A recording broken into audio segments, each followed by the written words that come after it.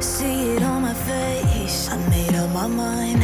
Not another day, you're on borrowed time. Let me get away, yeah I'm running, yeah I'm running. So love me or leave me, I'm standing alone. Can't shake a feeling that lives in my bones. Lie to me, tell me you wish that you could, but nothing you gave me is worth what you took. 'Cause baby, when I'm gone for good.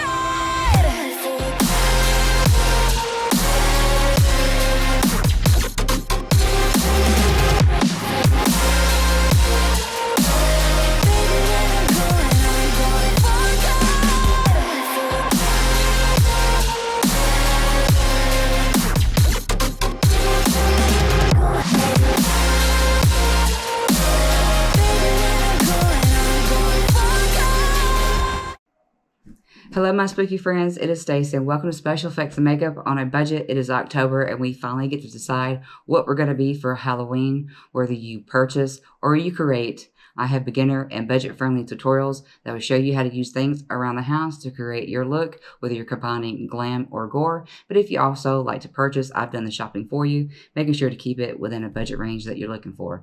And today I'm doing a popped out eyeball with a little bit of glam makeup as if I was going to a party. I like the contrast. I think it just pops out a little bit more. And so I am using yarn for the optic nerve with a little bit of liquid latex and air foam clay for the eyeball. So join me and we'll go ahead and get into it.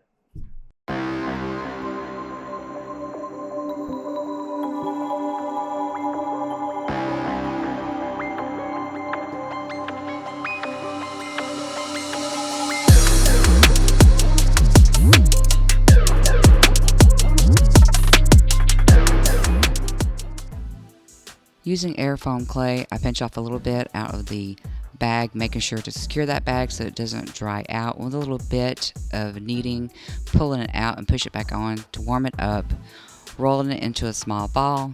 And then as that is drying, it takes about an hour for a piece like this to dry. I'm taking some acrylic paint. These run about 50 cents from Walmart. And I'm painting the red yarn. Now, spools of yarn get expensive, so I try to keep it to red and white. That way I can manipulate it through other colors. And this is going to be that blue part of the optic nerve. Now you see that it dries. It has a smooth backing. This is just going to help remind you that it's the back of the eye. And with some alcohol paint, because it dries a lot quicker, but you can use any paint that you have, just make sure that it dries. I go in and as best I can to create an iris and to get the coloration with the pupil, and I went back in with a little bit of blue. And with some red, I go through and make some blood vessels a little bit thicker. It just adds to these smaller blood vessels. And see, this dries very quickly because it's alcohol paint. I take some clear nail polish and I get that coated and secure. And while that nail polish is tacky, I go in and add very small fibers from that yarn, making sure those blood vessels are all over the eyeball. And then I go in with the longer portions of the yarn and I place that all the way around because I need to actually spin this for the optic nerve around the toothpick.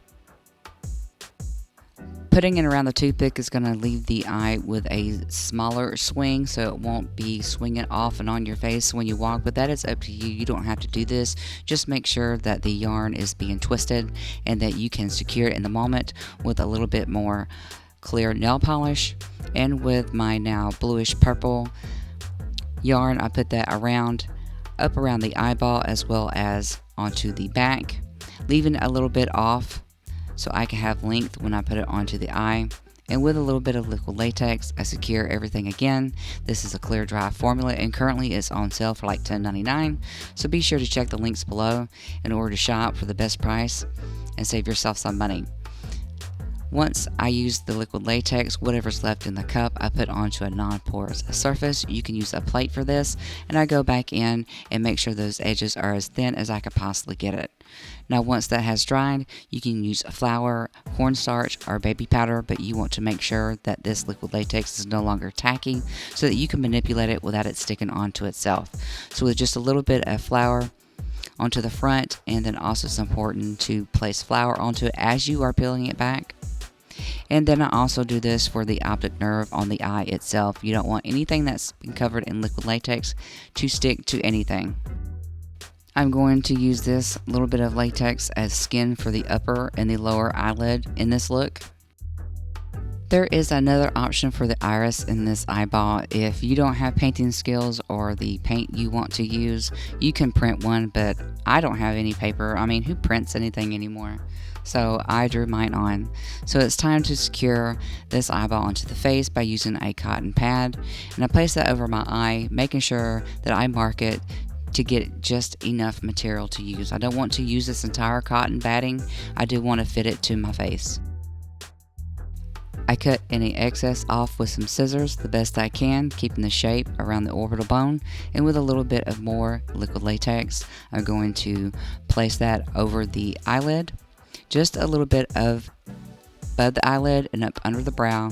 Be sure not to get it in your eyes or on any hair because it's aggravating to get out. It will not come out of clothing.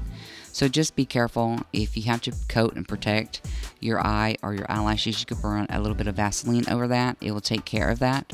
Now once I have the cotton batting in place, I still have more than what I needed, so I continue to cut as I need. And then with a little bit of liquid latex, I go over the edges to get that secure. And then once that is dry and secure, I go back in and place some more liquid latex over the center. Now be careful because you need to work in an area that's very well ventilated because liquid latex still does have a little bit of fume. Your eye might sting a little bit. Don't saturate the cotton so bad that you actually feel that coming through and onto your skin and eyelashes. It's just a little bit so that cotton batting is not porous and secure with the liquid latex.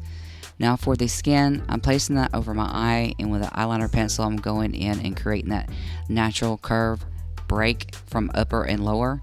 And I cut up underneath the line.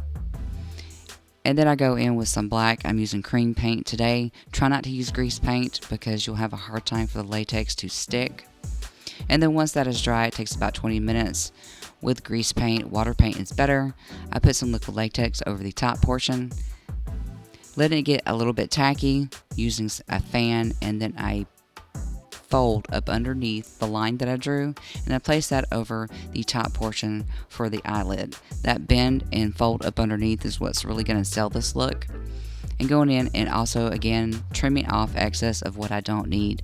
At this point, don't worry about anything that you see in a seam. We're going to take care of that a little bit later, but with some more liquid latex, I secure that entire portion. And now it's time to use the optical nerve. I take and I spray out some of the actual ending, so I have more of a surface area when I stick it.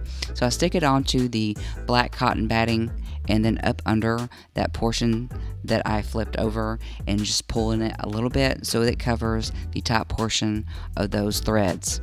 Again, to secure it with some more liquid latex.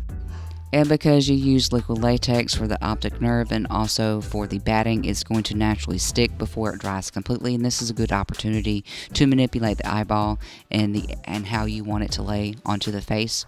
And again, with some more skin-like from the dried liquid latex, I fold that and I put that up underneath for the lower eyelid. I then trim anything that I don't need.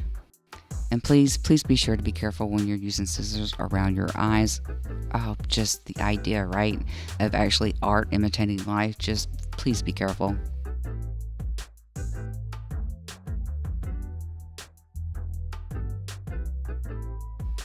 I get everything secure with a little bit more liquid latex, being sure that that dries, again with a fan.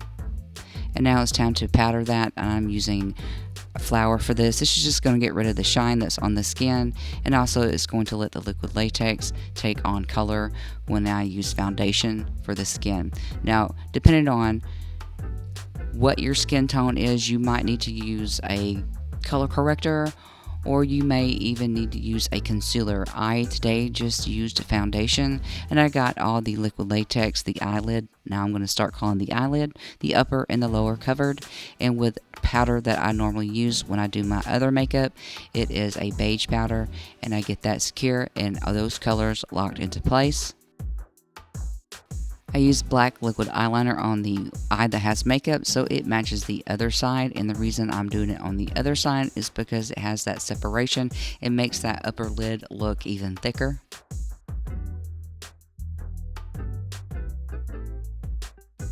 I take a brown eyeliner and I put it on the bottom lash line. I'm just wanting to mimic as best I can the makeup I have from the other eye. So just a little bit of crease, transition crease, and a little bit of shimmer on the lid. Taking and darkening up that outer V just a little bit. This is just going to look like it had makeup on, but don't worry, don't have to be precise with it.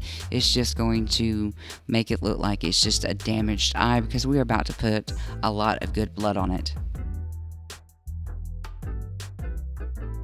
Using some blue eyeshadow, I'll go in and create some bruising around this eye, up on the temple, the cheek, and down around the corner. I like to use blue, yellow, and red because I can model the red with the blue to make it purple. So just randomly have fun with this. Go out, create bruises. You can have bruises all over your face, and the best damage is to that one side of the eye. That's totally up to you. This is the part where you can be creative and just have some fun with it. I am using a false eyelash. This is one that did not survive cleaning it, so it looks a little bit weird and janky on its own. And with a little glue, I put that on the best I can. It doesn't stick that well to latex, so it doesn't have to. It's supposed to look messed up. And with some homemade Scab Blood, I go in and fill the inside of that pocket the best I can. We want that built up to look like a chunky, gelatinous mess. And if you want to know how to make your own Scab Blood and save yourself some money, we'll have a link to that tutorial in the description below. And I'm just randomly now going in and placing this above areas to cover up some seams that look bad, up into the brow so it is thick and you can tap it around. You can put it on the inner corner, but just as long as I have it on the optic nerve and inside that pocket is where it's going to sell it.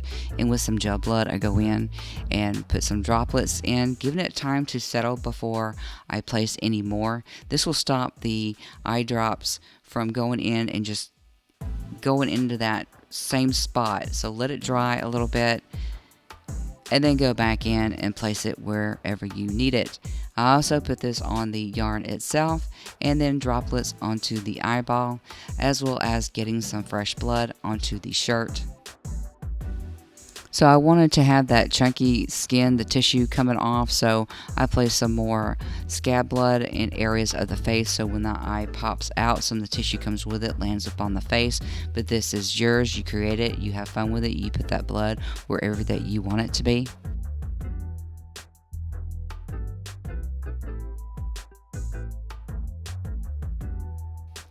Here is the final look. I hope you guys enjoyed this one today. It was fun to sit in this one location and relax a little bit. I'm kind of between spaces, so I hope you don't mind. So what do you do for Halloween? Do you go trick-or-treating? Does the family dress up? Is it an office party? Is it a haunted trail or a haunted house? Let me know in the comments below. And if you'd like to see sneak peeks, behind the scenes footage, or vote on my next look, you can find me on Instagram and Twitter. Those links are below. If you're wanting some more special effects bloody makeup for your Halloween costume this year, check out this beginner and budget-friendly tutorial where I created a zombie using items found in my kitchen. Click here now, and I'll see you guys again next time. Thanks for watching. Bye.